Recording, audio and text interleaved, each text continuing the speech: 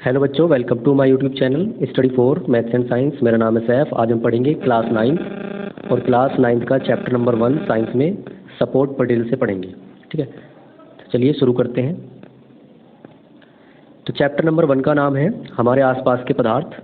ठीक है, तो हमारे आसपास के जो पदार्थ होते हैं, हर एक वो चीज़ जो हमें आसपास अपने दिखाई दे और वह चीज़ जो स्थान घेरती हो और उसका कुछ अपना मास होता है, थोड़ा आयतन भी होता है, तो वह हर एक चीज़ पदार्थ कहलाती है। याद रखेंगे। ठीक है, तो जो पदार्थ होता है वो कणों से मिलकर बना होता है और ये कण बहुत ही छोटे होते हैं और इतने छोटे होते हैं कि हम इनको देखने की कल्पना भी नहीं कर सकते हैं। अब पदार्थ को दो भागों में बांट दिया गया है। पहला है शुद्ध पदार्थ और दूसरा है अशुद्ध पदार्थ, जिसको हम मिश्रण भी कहते हैं। ठीक, अब इसके बाद आगे देखते हैं शुद्ध पदार्थ में क्या क्या आता है। शुद्ध पदार्थ में आ जाता है हमारा, शुद्ध पदार्थ में तत्व और यौगिक आ जाते हैं, और फिर उसके बाद अशुद्ध पदार्थ में आ जाता है हमारा मिश्रण, और मिश्रण में आ जाता है समांगी और असमांगी मिश्रण। असमांगी को विषमांगी मिश्रण भी कहते हैं। तो शुद्ध पदार्थ में देखते हैं, पहला आता है तत्व, ठीक, और दूसरा आता है हमारा यौगिक। तो तत्व क्या है? तत्व को चिन्ह द्वारा दर्शाया जाता है। ठीक, और सरल पदार्थों में नहीं तोड़ा जा सकता। जो तत्व होते हैं उनको सरल पदार्थों में नहीं तोड़ा जा सकता। उदाहरण तांबा, चांदी, ऑक्सीजन आदि, ये सारे तत्व हैं। यौगिक स्थिर अनुपात के बने होते हैं, यानी कि जब दो या दो से अधिक तत्वों को एक स्थिर अनुपात में मिलाया जाता है तभी यौगिक का निर्माण होता है। ठीक है, अपने अवयवों में टूट जाना रासायनिक और विद्युत अपघटन द्वारा, ठीक है, यौगिक की पहचान होती है कि वे अपने अवयवों में टूट जाते हैं। फॉर एग्जाम्पल, अगर हम यौगिक लें जल, जल एक यौगिक होता है क्योंकि वह हाइड्रोजन और ऑक्सीजन के एक निश्चित अनुपात से बना होता है। तो जो जल होता है वह रासायनिक और विद्युत अपघटन के द्वारा हाइड्रोजन और ऑक्सीजन दोनों में टूट जाता है। ठीक है, तो यौगिक के उदाहरण जैसे कि देख रहे हैं नीचे, पानी और नमक, चीनी है। ठीक है, अब इसके बाद देखते हैं अशुद्ध पदार्थ। अशुद्ध पदार्थों में सबसे पहले देखेंगे समांगी मिश्रण। तो जो समांगी मिश्रण है ये वास्तविक विलयन होता है, और वास्तविक विलयन मतलब इसके जो कण होते हैं वो मिश्रण के बाद आपस में दिखाई नहीं देते हैं। फॉर एग्जाम्पल, जैसे हमने पानी के अंदर चीनी मिलाई तो चीनी बाद में पानी में दिखाई नहीं देगी क्योंकि उसके कण पानी के अंदर घुल जाते हैं। ठीक, और समान रूप से वितरित, और पानी और चीनी और पानी और अल्कोहल इसके उदाहरण हैं। असमांगी मिश्रण, असमांगी को विषमांगी मिश्रण भी कहते हैं, ध्यान रखेंगे, विषमांगी मिश्रण भी कहते हैं। ठीक है, बुक में विषमांगी दिखाई देगा, एनसीईआरटी बुक में, इसमें असमांगी है। तो असमांगी मिश्रण जो होते हैं ये कोलाइड होते हैं और निलंबन होते हैं। कोलाइड और निलंबन कहने का मतलब ये है कि ये ऐसे मिश्रण होते हैं जिनके अवयव मिक्स होने के बाद या मिश्रण होने के बाद दिखाई देते हैं, यानी कि ये पूरी तरह से मिश्रित नहीं होते हैं, मिश्रण के बाद भी इनके तत्व आपस में देखे जा सकते हैं। ठीक, अब इसके बाद आगे असमान रूप से वितरित होते हैं। ठीक है, क्योंकि पूरी तरीके से सही से मिलेंगे नहीं। और दूसरी इसका एग्जाम्पल है रेत, चीनी, पानी और तेल, दूध। रेत और चीनी आपस में अच्छी तरह से मिक्स नहीं होती, पानी और तेल भी मिक्स नहीं हो सकता, और तेल और दूध भी आपस में मिक्स नहीं हो सकता है। ठीक, इसके बाद नेक्स्ट देखते हैं जो तत्व है, तत्वों को भी 3 पार्टों में डिवाइड किया गया है। याद रखेंगे, तत्व को 3 पार्टों में डिवाइड किया गया है। तो पहला पार्ट आता है हमारा धातु, और दूसरा आता है उपधातु, और तीसरा आता है अधातु। तो हम जो इसमें पढ़ेंगे तीनों के बारे में पढ़ेंगे, लेकिन जो ज़्यादा याद रखना है धातु और अधातु के बारे में याद रखना है, क्योंकि उपधातु के जो गुणधर्म या पहचान होती है वो धातु और अधातु के बीच की होती है। यानी उपधातु के अंदर जो पहचान पाई जाएगी वो कुछ धातुओं की होगी और कुछ अधातुओं की होगी। तो सबसे पहले पढ़ते हैं हम धातुओं के बारे में। धातु में क्या होता है क्या नहीं होता है देखेंगे ध्यान से। तो धातु जो है आघातवर्धीयता, आघातवर्धीयता का मतलब होता है कि धातु को पीट कर पतली चादर के रूप में बदला जा सकता है। धातु को पीट कर पतली चादर के रूप में बदला जा सकता है, उसको आघातवर्धीयता कहते हैं। और धातु हमारी तन्य भी होती है। ठीक है, तन्य होने का मतलब है कि धातु को खींचकर पतले तार में भी बनाया जा सकता है। और सबसे तन्य धातु सोना होती है। ठीक है, सोने का बहुत पतला तार बनाया जा सकता है। 1 ग्राम सोने को लगभग 10 किलोमीटर तक खींचा जा सकता है। तो जो धातुएं होती हैं वो सुचालक होती हैं, किसकी? ऊष्मा और विद्युत की। यानी कि अगर हम धातु को एक तरफ से गर्म करते हैं तो दूसरी तरफ से भी अपने आप गर्म हो जाएगी, या एक तरफ से अगर उसमें करंट लगाते हैं तो दूसरी तरफ भी करंट पहुंच जाएगा। इसका मतलब ये है कि जो धातुएं होती हैं वह विद्युत और ऊष्मा दोनों की चालक होती हैं, यानी अपने अंदर ऊष्मा और विद्युत को चला सकती हैं। तो धातुओं के कुछ उदाहरण हैं तांबा, चांदी और सोडियम। ठीक है, अब पढ़ेंगे अधातु। पहले अधातु पढ़ेंगे फिर उपधातु पढ़ेंगे। तो अधातु जो है ये आघातवर्धीयता नहीं होते, तन्य भी नहीं होते हैं, कुचालक होते हैं ऊष्मा और विद्युत के, सिवाय ग्रेफाइट के। तो याद रखेंगे ग्रेफाइट जो है अधातु होते हुए भी ये जो है विद्युत का सुचालक होता है। कौन? ग्रेफाइट, याद रखेंगे, ठीक है। ये विद्युत का चालन करता है। कौन? ग्रेफाइट। अब इसके उदाहरण देखते हैं। उदाहरण क्या क्या आते हैं अधातु के? तो ऑक्सीजन है, हाइड्रोजन है और नाइट्रोजन है, सल्फेट है, ये सब अधातु के उदाहरण हैं। अब देखते हैं उपधातु। तो उपधातु में देखते हैं हम क्या कि कुछ गुण धातु के और कुछ अधातु के होते हैं इसके अंदर, उपधातु के अंदर। इसका जो इम्पोर्टेंट है वो इम्पोर्टेंट है उदाहरण। कई बार एग्जाम में पूछा गया है कि उपधातु के 2 उदाहरण दीजिए, तो याद रखेंगे सिलिकॉन और जर्मेनियम जो है वो उपधातु के उदाहरण हैं। ठीक, ये चीज़ अभी नहीं पढ़ेंगे, बाद में पढ़ेंगे, ठीक है। तो हमें धातु, उपधातु और अधातु के बारे में समझ आया। एक बार फिर से देखते हैं। जो धातु है आघात वर्धनीयता होते हैं, तन्य होते हैं, सुचालक होते हैं। ऊष्मा और विद्युत के उदाहरण तांबा, चांदी और सोना। अधातु जो होते हैं आघात वर्धनीयता नहीं होते, यानी कि इनकी चादर नहीं बनाई जा सकती है। तन्य भी नहीं होते, इनको खींचकर तार भी नहीं बनाया जा सकता है। और ये विद्युत और ऊष्मा के कुचालक होते हैं ग्रेफाइट को छोड़कर। और उदाहरण है ऑक्सीजन, हाइड्रोजन, नाइट्रोजन और सल्फेट। जितनी भी गैसें होती हैं सब अधातु के ही उदाहरण हैं। फिर आता है उपधातु। तो उपधातु ऐसे होते हैं जिनके गुणधर्म धातु और अधातु के बीच के होते हैं। इनके भी 2 उदाहरण याद रखेंगे, सिलिकॉन और जर्मेनियम। अब इसके बारे में इसके बाद स्टार्ट करते हैं चैप्टर। चैप्टर हमारा स्टार्ट होता है यहाँ से। पदार्थ क्या है? ठीक है, पदार्थ क्या है? तो पदार्थ के बारे में पढ़ते हैं। पदार्थ विश्व में प्रत्येक वस्तु जिस सामग्री से बनी है उसे पदार्थ कहा जाता है। और हमारे आसपास विद्यमान हर वस्तु पदार्थ है। पदार्थ स्थान घेरता है और इसका द्रव्यमान होता है, याद रखेंगे, जैसे कि पीछे हम पढ़ चुके हैं।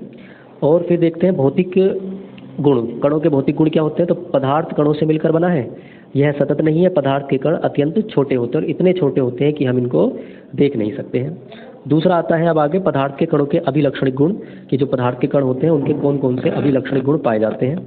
तो पहला पॉइंट आता है इसमें कि जो पदार्थ के कण होते हैं वो निरंतर गति करते हैं। क्या करते हैं? निरंतर गति करते रहते हैं। हमें दिखाई नहीं देंगे लेकिन वो निरंतर गति करते रहते हैं, यानी उनके पास गतिज ऊर्जा होती है। तो जो गति कर रहा है उनके पास गतिज ऊर्जा होगी। तापमान बढ़ने से कणों की गतिज ऊर्जा तेज हो जाती है, क्योंकि कणों की गति बढ़ जाती है। बिल्कुल ठीक, याद रखेंगे। जैसे जैसे हम पदार्थ के कणों का तापमान बढ़ाते हैं तो उनकी गति तेज हो जाती है, और गति तेज हो जाती है तो उनकी गतिज ऊर्जा बढ़ जाती है। और दूसरा पॉइंट आता है इसका उदाहरण, पदार्थ के कणों के बीच रिक्त स्थान पाया जाता है। तो ये कणों का दूसरा अभिलक्षणिक गुण है कि पदार्थ के कणों के बीच रिक्त स्थान पाया जाएगा। और इसको हम समझते हैं उदाहरण से कि हमने पानी लिया, चीनी ली और चीनी को पानी में मिलाया और फिर देखा कि चीनी जो है गायब हो चुकी है, दिखाई नहीं दे रही है। इसका मतलब ये हुआ कि जो चीनी है जो वो पानी के कणों के बीच जो रिक्त स्थान था उसके अंदर चली गई है। ठीक है, तो इससे हमें ये पता चलता है कि पदार्थ के कणों के बीच रिक्त स्थान पाया जाता है। अब इसके बाद आगे देखते हैं, और आगे क्या है ये उदाहरण समझाया गया है कि किस तरीके से हमने बताया कि पदार्थ के कणों के बीच रिक्त स्थान होता है। पदार्थ के कणों के बीच उपस्थित रिक्त स्थान में समावेशित हो जाता है। इससे पता चलता है कि पदार्थ के कणों के बीच रिक्त स्थान पाया जाता है। जैसे नमक मिलाया, चीनी मिलाई, सब कहाँ समायोजित हो जाता है?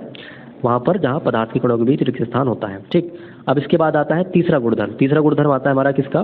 कि पदार्थ के कण जो है एक दूसरे को आकर्षित करते हैं। पदार्थ के कण एक दूसरे को आकर्षित करते हैं, यानी कि एक दूसरे को जोड़ के रखते हैं।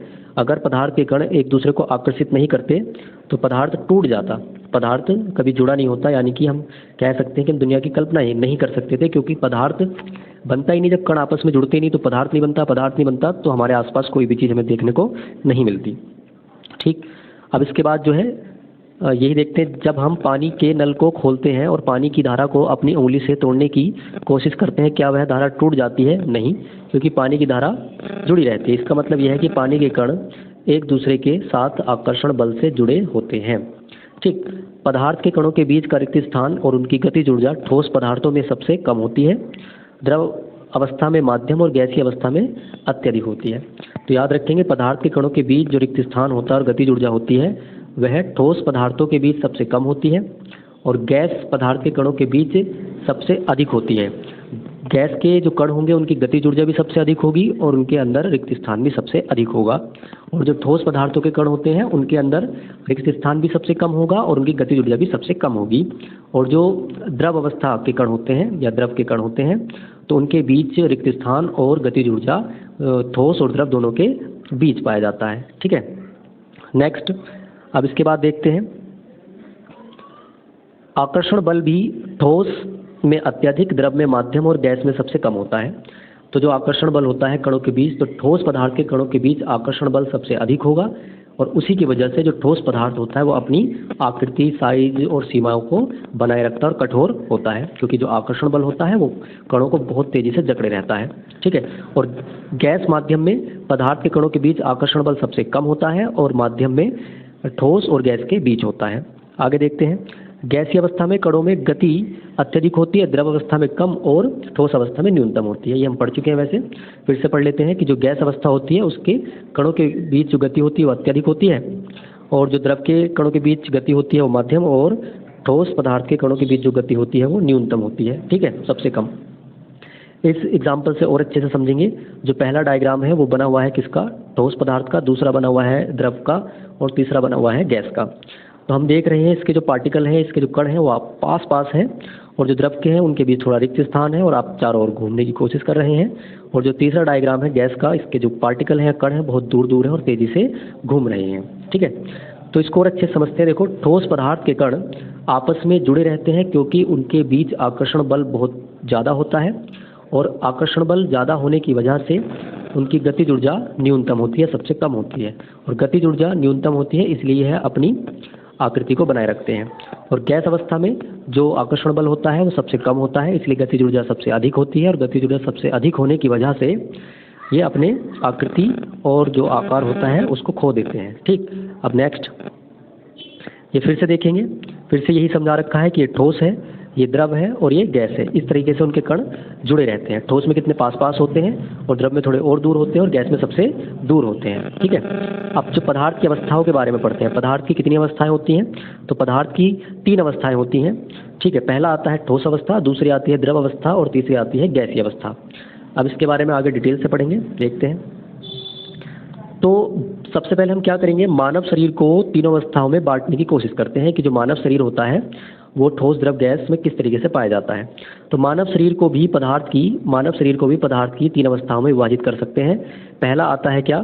पहला आएगा हमारा हड्डियों और दांतों जो होते हैं, दांत जो होते हैं वो ठोस अवस्था में होते हैं, और जो ब्लड यानी कि जो रक्त है और जल द्रव है वो द्रव अवस्था में पाया जाता है।